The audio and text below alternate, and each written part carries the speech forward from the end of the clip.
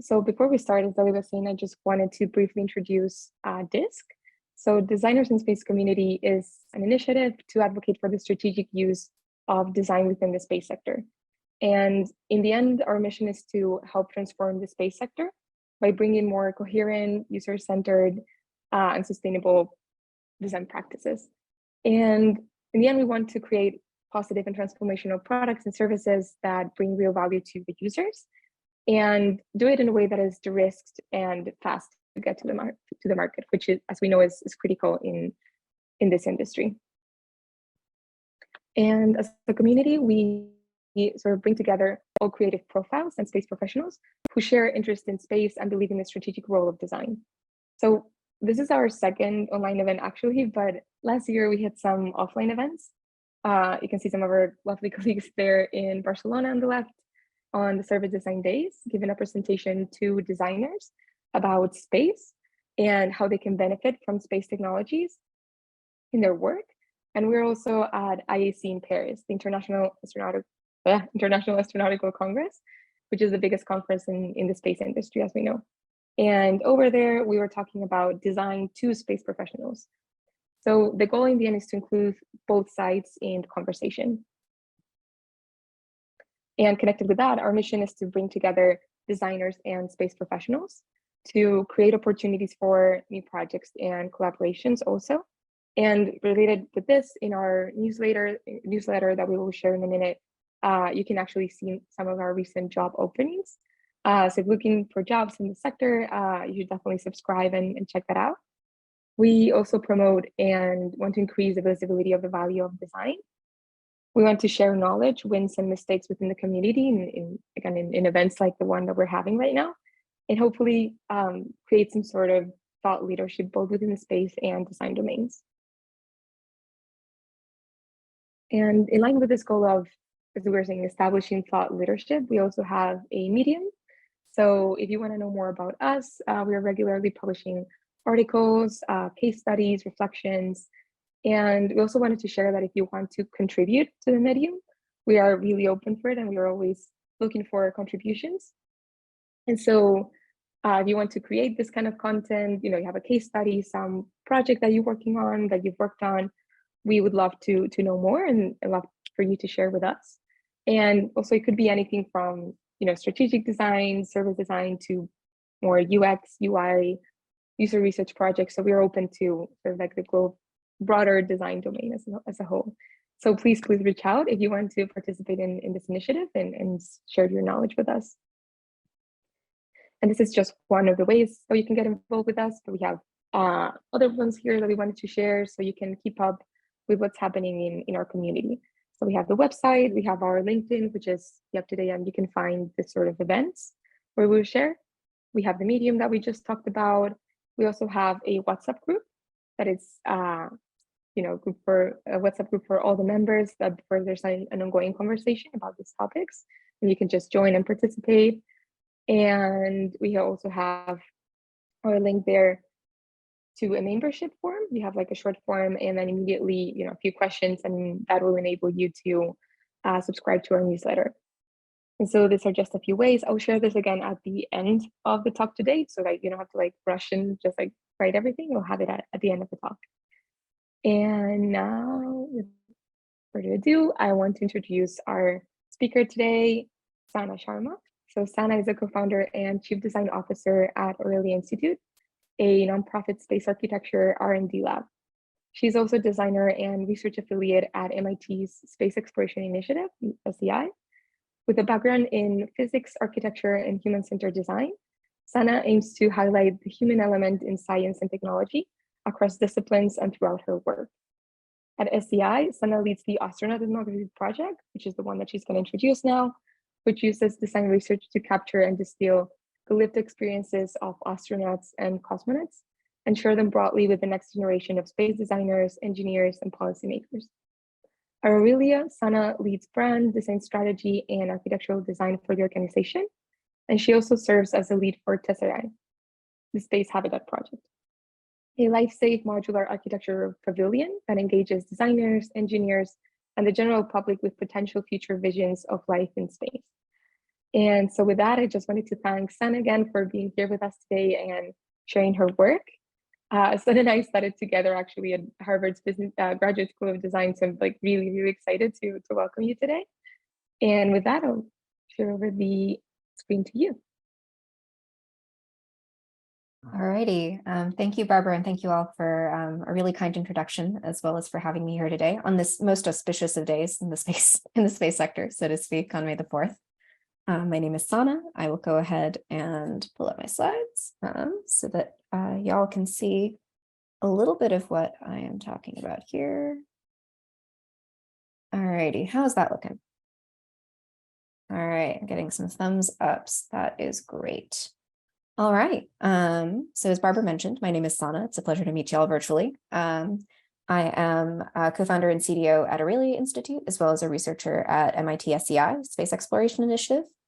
What I'm going to do today is tell you a little bit about who I am and what I do, but primarily focus on one of the projects that I've been leading over the past several years that we've affectionately called the Astronaut Ethnography Project, its history and motivations, as well as where we are now. And if we have time, how this work has impacted some of the design work I do personally, as well as professionally at my new role at Aurelia. So that is the plan. My goal is to make sure that I leave a good chunk of time for Q&A. This is a fantastic audience for me to speak to. I love talking to designers in space and designers interested in space. I'm very, very excited to hear what y'all have in terms of feedback and questions for me. So please do keep me to time, because otherwise I will maybe get into a bit of a rabbit hole for some of these topics here. All righty. Let's see here. So there we are. All righty. Can you all see the second slide? Is that fantastic? Okay.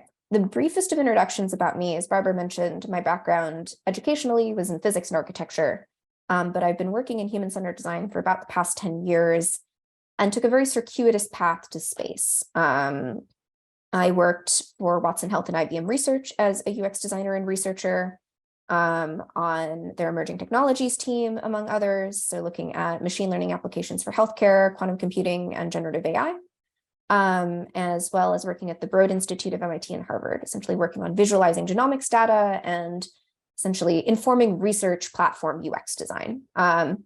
In effect, I found over the course of my career that I am good at engaging with scientists and folks with PhDs, taking their science and turning it into things that the general public can engage with, whether that's products, experiences, educational engagements, artistic endeavors. I have adopted the moniker of emerging technologies designer more broadly. However, I have found myself back in space, which was my first love growing up, working at Aurelia and at SEI at the intersection of human-centered design architecture and space. Let's see, there we are. So at SEI, one of the two organizations I work for right now, my primary role is to lead what we've called the Astronaut Ethnography Project. And now for a bit of context on where this project came from, I want to describe SEI a little bit so that you all have a sense of what motivated us to take on this work initially.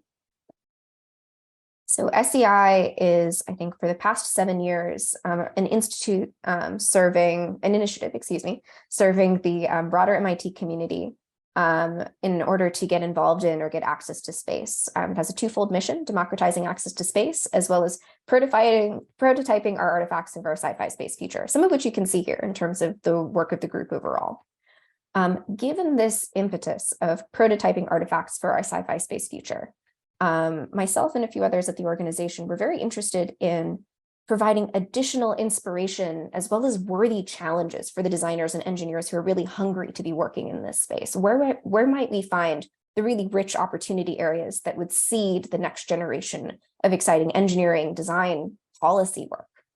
And to that end, our motivating research question for this work overall was essentially as follows: if there are experiential and cultural insights that we can learn from folks who've been to space up until this point that helps us envision what the future of space might be.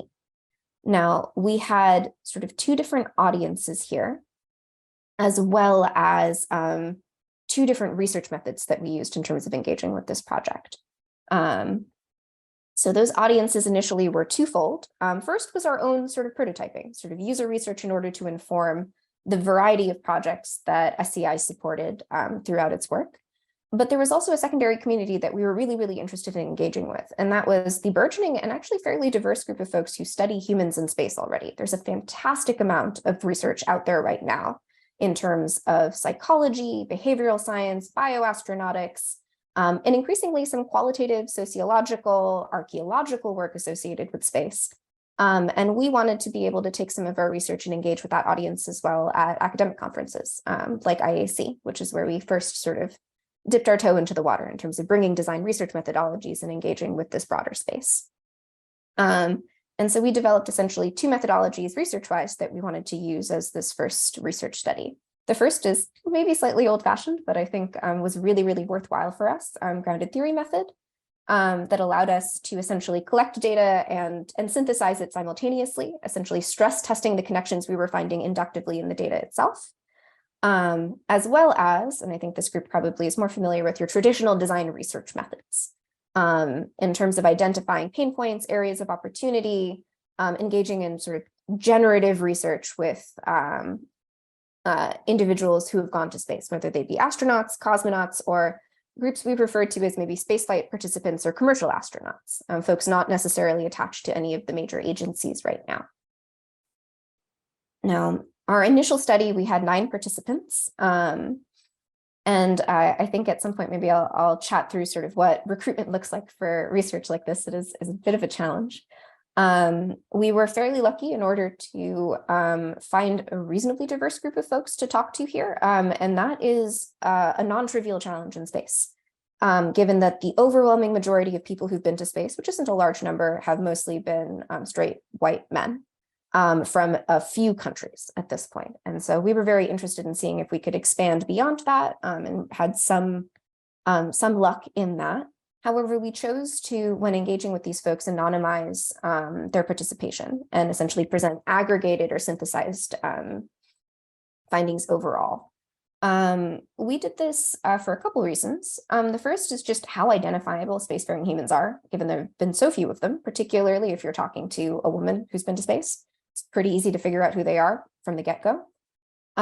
It's not a perfect method, given identification is easier, but essentially anonymizing what we've learned and aggregating our findings has allowed us to engage with our participants and ask them to share openly without fear of direct attribution. And so we had some pretty meaningful conversations with folks about things that typically don't come up in your standard debrief, so to speak. Moments of vulnerability, moments of tension, stressors, things outside of the parameters of the mission. Those were the things we were really, really interested in. And we wanted to make sure that we were doing right by the folks who were being generous with their time and engaging with us. Let's see here. Data collection essentially took the form of generative user research interviews, which I won't bore you all with, given I'm fairly certain this group has a fair understanding of what those look like. We had a few initial free-form discussion with some of our astronaut participants, as well as a more structured interview protocol that we used throughout the initial sort of research and interview phase here. And now, rather than walking you through sort of the full findings, we've put all of our papers online, and I will talk about that at the very end. What I'd rather do is maybe talk to you all a little bit about some of the areas or themes that we found really valuable when engaging with these folks, particularly in areas that, again, described day-to-day life aboard the ISS or shuttle or some of the other space habitats that these folks have been on that weren't necessarily geared towards mission operations, which we'd seen to be a pretty common way of engaging with these spaces up until this point. The first of those, I think, is fairly straightforward in the sense that it's natural to assume that the body is going to change in microgravity. There's a lot of research on this. What we found maybe less quantifiable, but still fascinating, is the ways in which the body is affected by the habitation itself while in zero-G. For instance, you can see in the photo here, instead of the soles of one's feet developing calluses the way you do terrestrially, you typically hook your foot while holding onto a rail in order to stabilize yourself, causing calluses and soreness to be developed on the tops of feet. This is a small anecdote, but I think one that is a good illustration of the fact that the ways in which we engage with our environment affect our bodies and vice versa in zero-G in ways that I think are really rich design fodder. we've heard, I think my favorite metaphor from this study was hearing about traversal in zero G as being described as dancing with one's hands, and sort of the ways in which different parts of the body we use and how we use them change overall in weightlessness. Now, another really fascinating and maybe humanizing theme here are essentially the twin concepts we learned of food altruism and food, oh no, here we are, sorry. I changed my slide order. Food altruism and food diplomacy. You can see here, this is, I think, a representation of burger night aboard the ISS, which apparently was extremely popular and folks really enjoyed going through here. What we found in terms of engaging with our participants was that just as the act of breaking bread together on Earth is one's practical, communal, symbolic, important, so too was the sharing of meals with crewmates on board the station itself, providing time for camaraderie and interpersonal care. Food diplomacy was a fantastic concept that we've heard from multiple participants. The idea of sharing little luxuries and treats like tea, coffee, and sweets as a means of crew cohesion, as well as the sharing of food stemming from different cultures and flavor palettes as a way of sort of intercultural exchange. There's a fair amount of research associated with the change in your palate and the ways in which you want to engage with food while on orbit. Also, eating the same foods over and over again is quite monotonous. And so we heard a lot of stories of people becoming more adventurous eaters and engaging with their spaces in different ways. In addition, as maybe a fun anecdote, hot sauce in particular is quite important aboard station at this point. When there's a changing of the guard associated with a new commander, a few of them have used the passing on of the hot sauce as a symbolic gesture, indicating its value in terms of providing literal flavor and variety as the spice of life on orbit.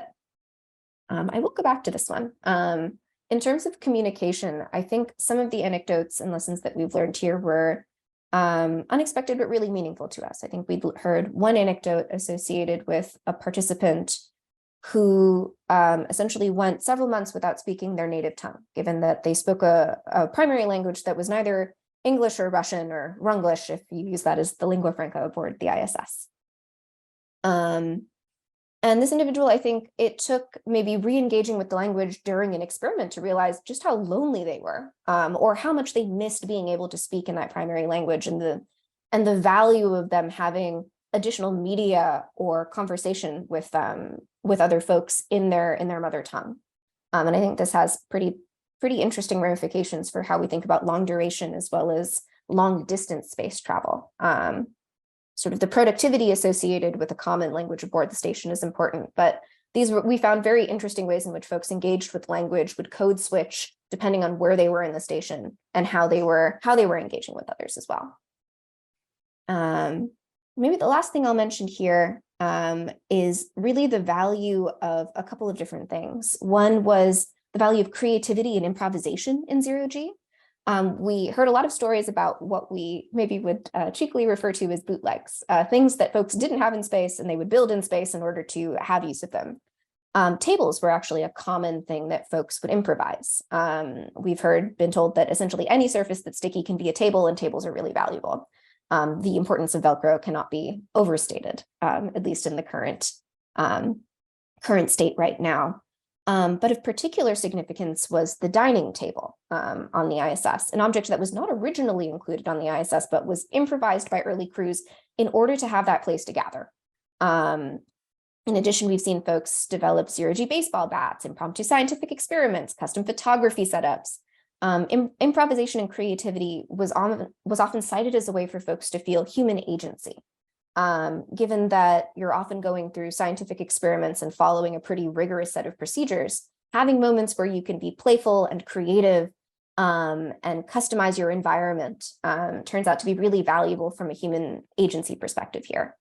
And that extends to, I think, what this slide shows, the value of artistic pursuits and craft in space as well, again, for the sake of connecting us with our humanity, providing outlets for stress, as well as reminding us of culture and home and sharing that culture and home with other participants on the station, whether this be an individual activity of self-care or a means of sort of communal engagement. So we learned a tremendous amount even from this small sample of interviews, and we wanted to go further. I think as a next step that's near and dear to our hearts as designers and researchers here, the next thing we wanted to do was essentially iteration, evaluative testing, and getting feedback on what we thought we'd heard and learned from these folks. And so for our next research effort, essentially, we wanted to collect prospective data, essentially interview more folks, show them what we thought we'd learned, and have them essentially tell us where we were wrong, at least from their perspectives, understand where the variance was high in terms of people's experiences, or where folks are really converging in terms of how they see space. The last thing we wanted to do with this particular next step was find something simple and actionable and easy to use and share that summarized our findings, essentially to make available and actionable the things that we had been learning so that we could share more broadly with others. To this end, essentially what we did was we developed a set of design principles, essentially synthesis from our original set of interviews based on what we thought we'd learned. We then let our astronaut participants essentially rip it up, your good old-fashioned right testing, a kind of heuristic evaluation, getting them to go through each of our design principles and talk through where they were coming from when they were reading these things, whether or not there was a point of agreement, whether or not there were anecdotes that were coming up for them, whether or not they had pushback. And a lot of them did. They were very, very generous and honest with their feedback in terms of our ability to iterate on these principles. Our then goal was to rinse and repeat and to see if we could bring together at least tentative convergence in terms of these principles. So the work here is never done. I'm always looking for folks who are willing to take a look at these principles and give me feedback.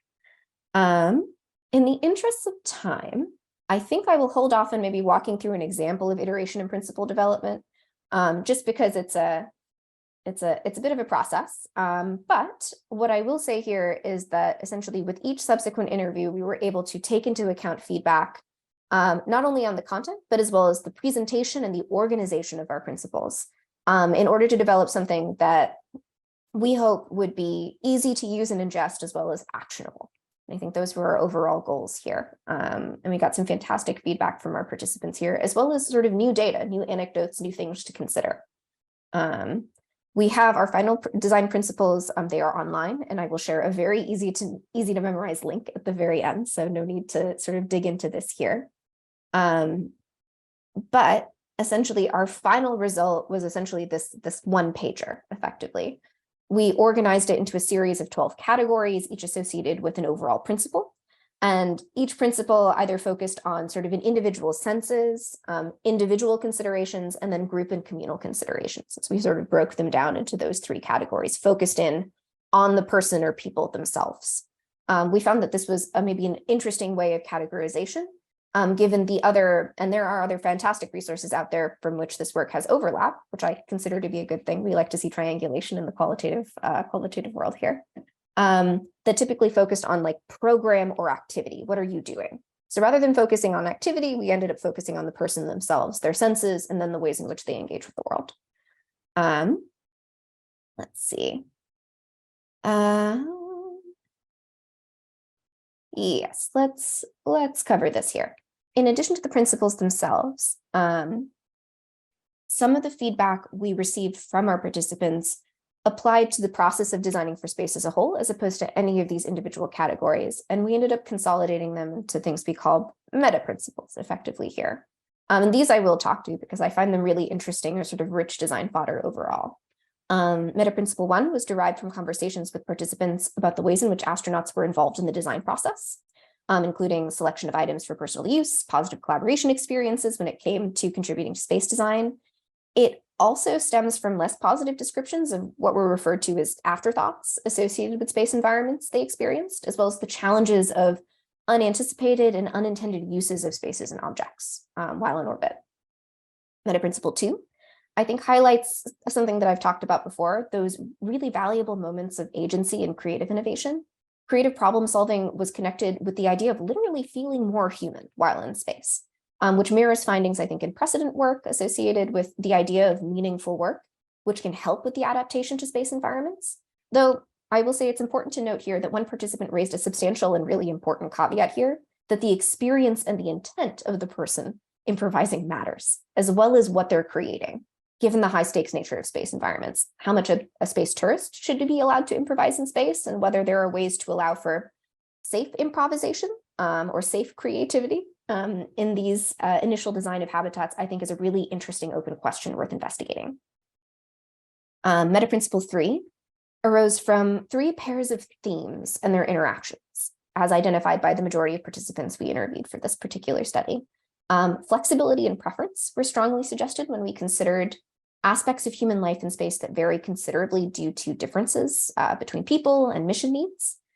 However, participants often juxtapose these themes directly with an emphasis on the use of standards and guidelines to make sure that similar elements on the ship were consistent across modules and agencies.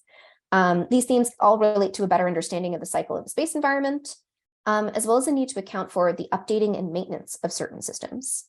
Effectively, the life cycle of a software and hardware object, which a lot of us are familiar with. Our space habitats are not only architecture, but are a large computational system that requires maintenance and upkeep, things that designers are particularly well equipped to think through when it comes to life cycle design. In particular, I think updating hardware was cited as a challenge, but some software-based solutions and planned interoperability were proposed as ways to instill just enough standardization to allow for future flexibility and modularity. So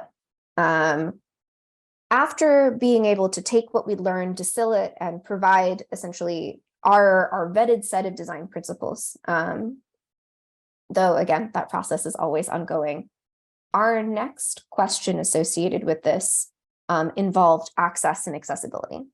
In addition to our interviews and testing, I think by this point we'd amassed maybe over 300 primary source accounts of life in space in terms of individual diaries, debriefs, logs. And our goal was now to figure out how we might share this research in ways where it's valuable to more than just the MIT community, given where we were based at SEI, as well as the academic research community, given that we were publishing papers. In particular, I think as designers doing this research, we recognize that so much is left on the cutting room floor, so to speak, with synthesis.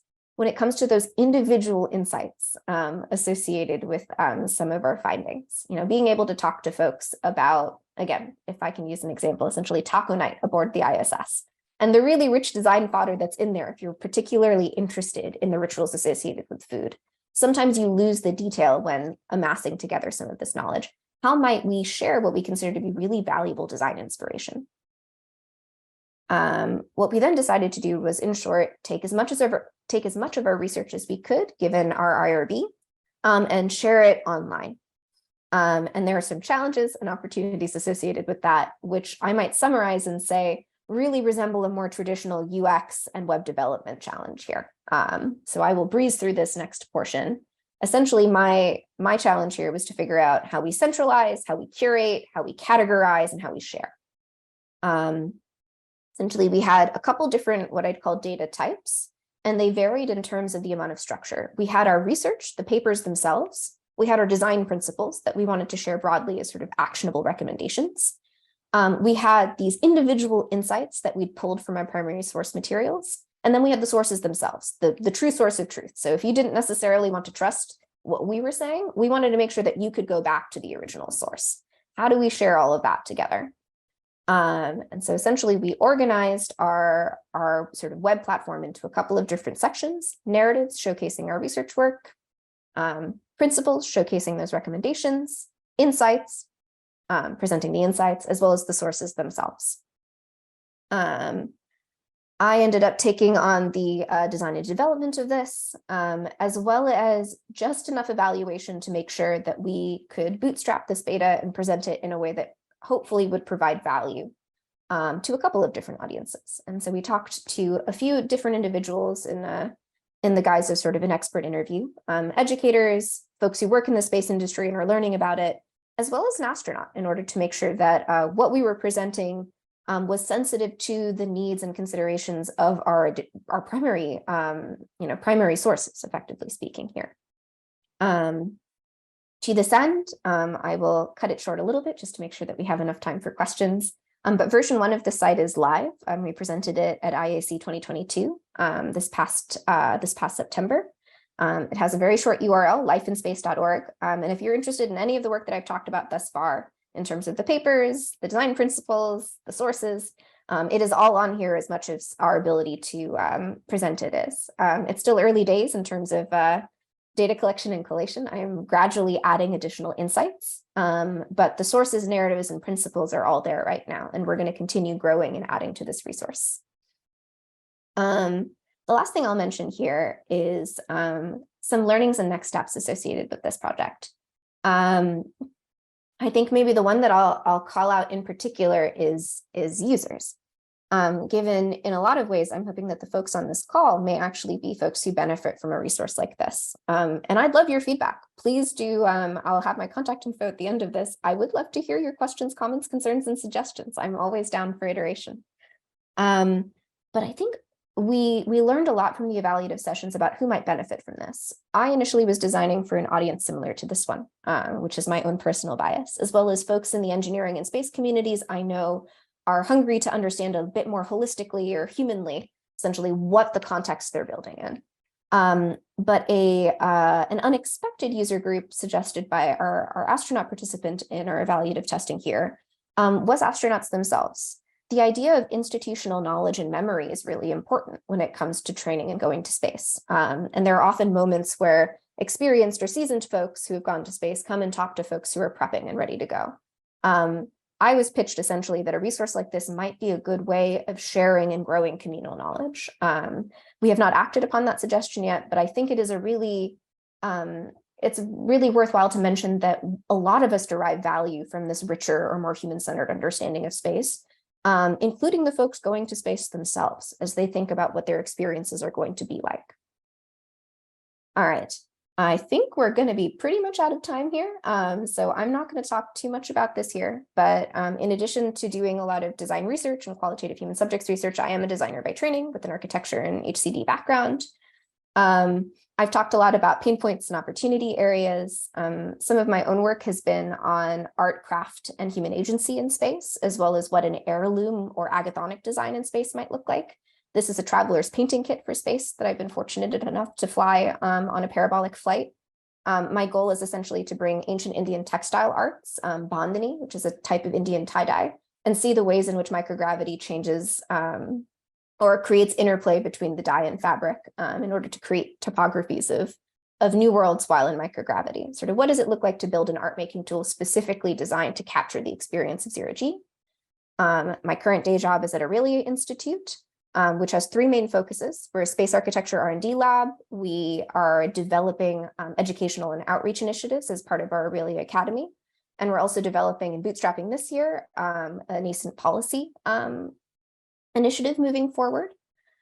And a lot of where design and user research intersect is at this R&D section. Our first concept of a novel space habitat design tesserae, we were able to send to the ISS in 2022, a small concept demonstration demo that we were then able to vet the underlying technologies for. But something that I'm really excited for, and this is the project I lead up at Aurelia, is building a human scale mockup. So a life-size version of tesserae designed for the ground, but that allows us to start to engage with questions of interior design, of human factors, of habitability, as well as what it might look like to design for use cases and motivations beyond productivity and survival, which tend to be the status quo in terms of engagement right now. How might we design spaces that really cater to a more holistic human experience is something that we get to dig into right now. Because the goal is to think big. As a nonprofit, we're looking a little bit further out in terms of our engagement with human spaceflight. And the idea in question of being able to bring our full selves to orbit and to really live a meaningful life in space is really something we're excited in. Okay, with that, it takes a village to do a lot of research. I really want to thank the research contributors to this project, as well as the organizations that have supported astronaut ethnography over the period. And thank you so much. I went a little bit over, but I'm hoping there's still enough time for questions. Yeah, thank you so much, Sana. That was fantastic. Like, I am clapping, as I'm sure are all the other people in the digital room. Yeah, like it was so much content. I was looking at some of the comments here that we need a part 2 for all the skipped slides because it was super, super interesting. So thanks again for being here with us today. There are many very interesting questions in the chat, so I'm gonna read out in order, starting with this first one. So Sana's research is very interesting. I like a lot the flow of her presentation. May I ask how she got access to the astronauts?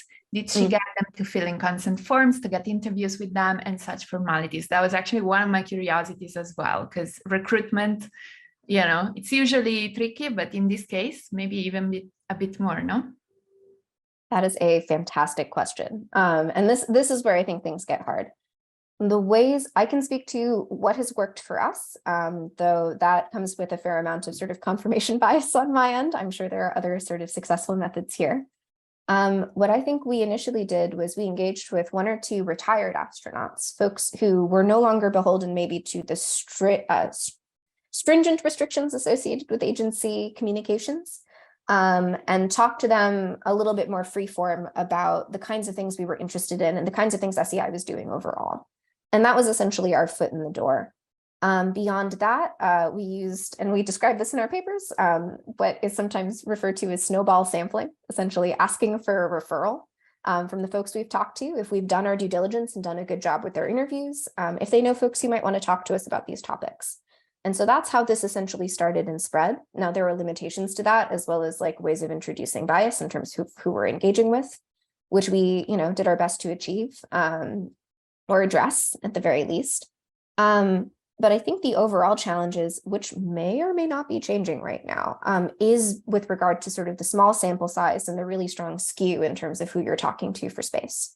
I think there have been just over 600 folks who've been to space total, if I'm remembering correctly, and maybe less than 10% of them are women. And if I were to do an actual demographic breakdown, it's pretty challenging, I think, at this point. Our goal was really to hopefully get a sense of how we might imagine future of life in space by learning through current folks. But the thing I will call out here absolutely is that there are things that we cannot learn because those people haven't been to space yet. And so a kind of gap analysis might be needed here in terms of what can we learn from folks who've been to space, and then what might we learn if we actually broaden access. We're at a really interesting point in human spaceflight right now. We're starting to send different types of people for different reasons from different places, some of which aren't, you know, agencies anymore. We have commercial spaceflight flyers these days.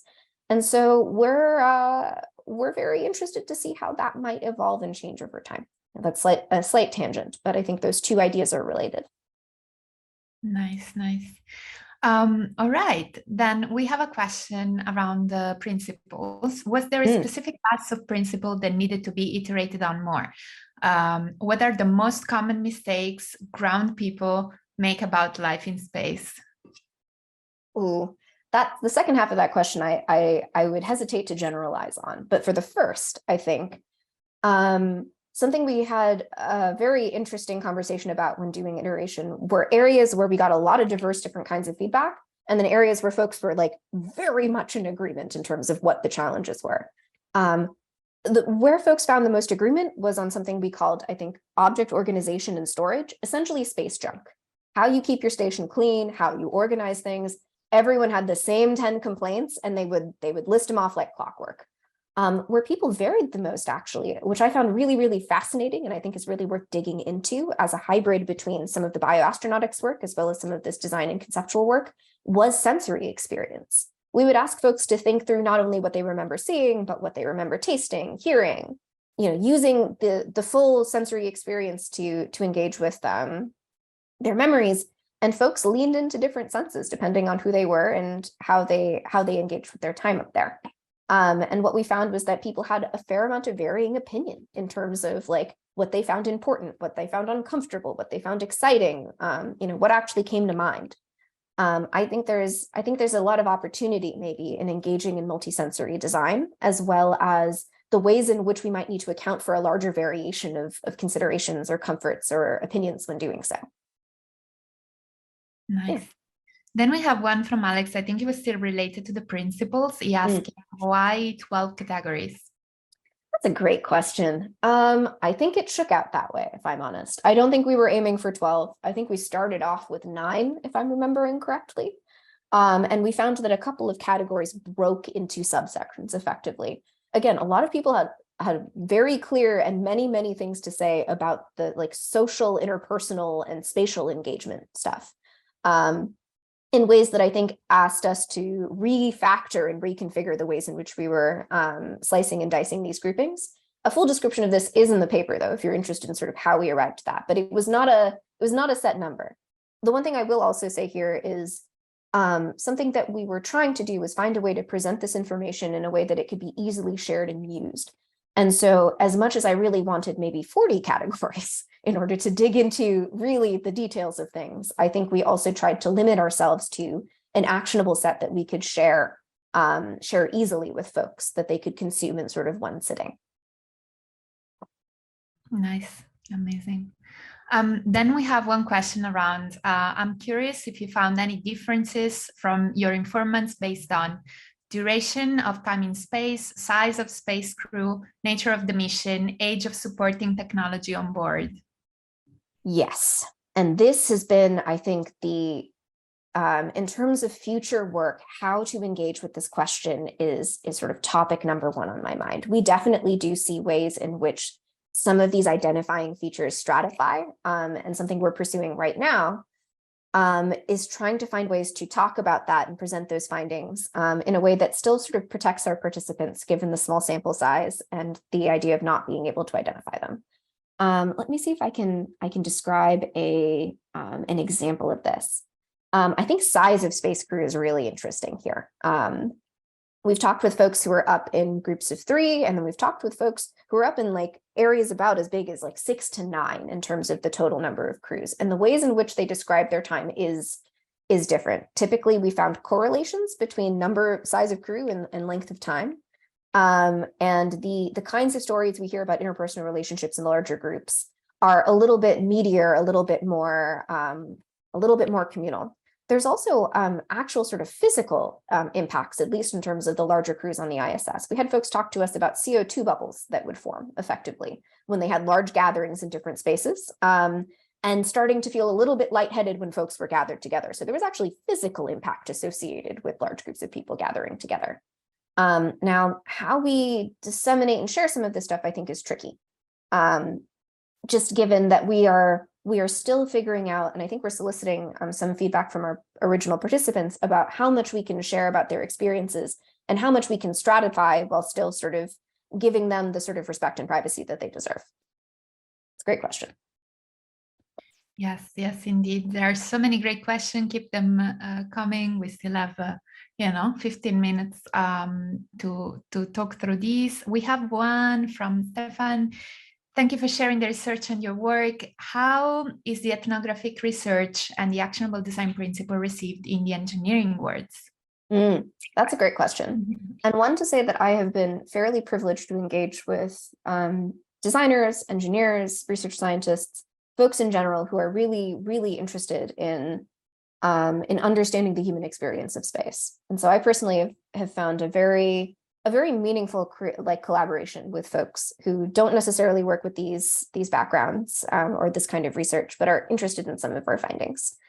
I would say that something that we've tried to do on our end is really make sure that we sort of respect and engage with the work that's come before us across the board when it comes to the tremendous wealth of really fantastic knowledge we have about how human beings engage with space right now. I think I saw in the comments someone mentioned Jack Stuster, who's a space anthropologist who produced a fantastic journal study of astronauts that y'all should absolutely read if you're very, very interested in this sort of space. Our goal was often to build methodologically or to extend questions from some of these studies, as well as to see if we might be able to have conversations about things that fall into some of the gaps, because they're maybe considered a little bit less mission critical. Again, taco night on the ISS is not necessarily mission critical, but we found it to actually be really valuable design fodder when it comes to designing for community, ritual, and crew cohesion. I hope that answers your question. I've been, it's early days, but I've had a lot of really fantastic conversations with a variety of folks about the value of this sort of thing. We've engaged with folks from the Translational Research Institute for Space Health. I think I said that right, Trish. Which is maybe the other thing to mention here. We initially started off this research focusing on essentially a small user base, so to speak. We were designing or doing research for ourselves at SCI and the MIT community for folks who were prototyping and designing, as well as engaging with that the academic sphere that we were learning more about. It now seems that like folks in some of the space agencies and research institutions more broadly are interested in what happens as the folks who are going to space and engaging with each other become more diverse than the status quo. And so that's maybe the third thing where we're getting more buy-in, or at least more interest, because we know that the nature of who's going to space and why is changing. And projects like these might be a good way to at least sensitize constructs, get an idea of like what might be happening that you may be able to validate with other methods. Yeah. Great. Let's go through this. We have another question from Clara that asks, do you also work with analog astronauts in some locations?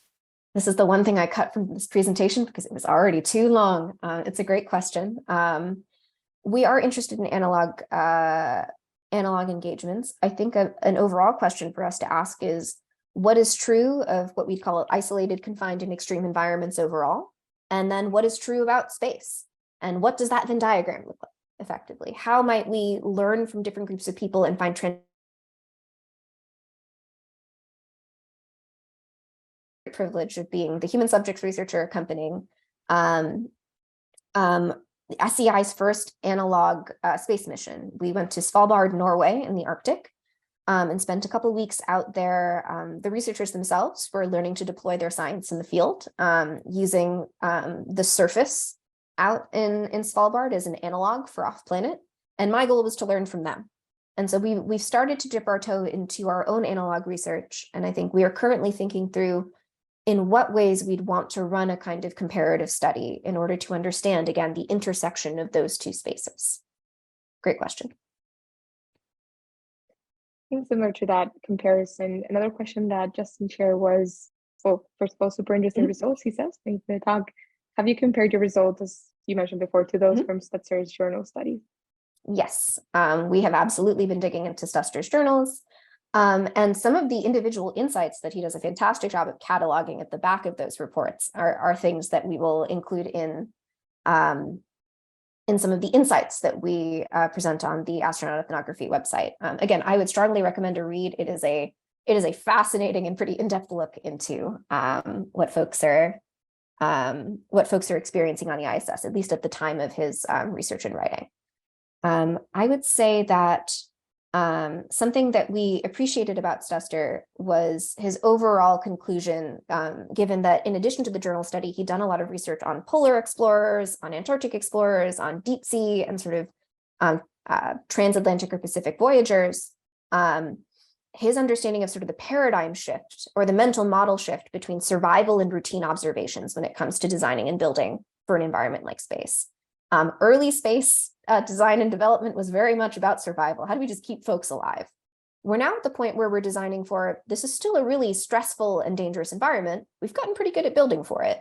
How do we design for spaces where we really maximize productivity? Because it's hard to get people up there. It's hard to keep them up there.